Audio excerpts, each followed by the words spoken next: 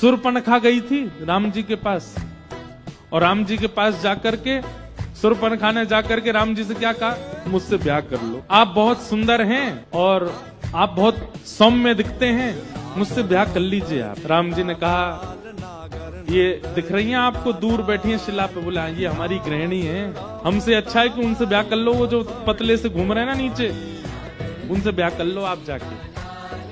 और बड़ी पत्नी के सारे अधिकार होते हैं, तो पहली पत्नी वही है, बड़ी पत्नी आप छोटी बन के जाओगी तो कैसे काम चलेगा। शूर्पणखा तुरंत चली गई लक्ष्मण जी के पास। सबसे पहली बात, शूर्पणखा के चित्त में अकेले राम जी नहीं है, वो जहां चाहे भटक सकती है, जहां चाहे जा सकती है। स्थिरता नहीं थी शूर्पणखा के चित्त में। लक्ष्मण जी के पास गई, बोले सुनो हमसे ब्याह करो।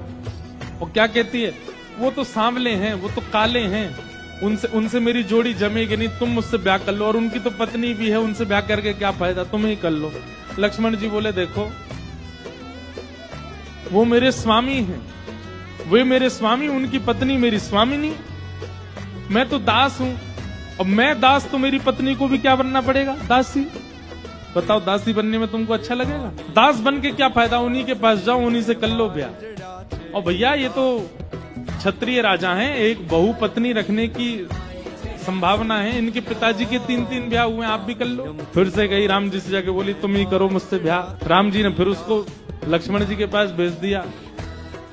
तो क्या बोलती है, बोले मैं तुम दोनों को खा जाऊंगी और तुम्हारे सहित इसको भी खा जाऊंगी, तीसरी जो है, मुझसे ब्याह करो। जब अंत में शूर्पणखा ने यही कह दिया कि तुम दोनों को भी खा जाऊंगी, तुम्हारे साथ इसको भी खा जाऊंगी, लक्ष्मण जी ने उसके नाक कान काट दिए।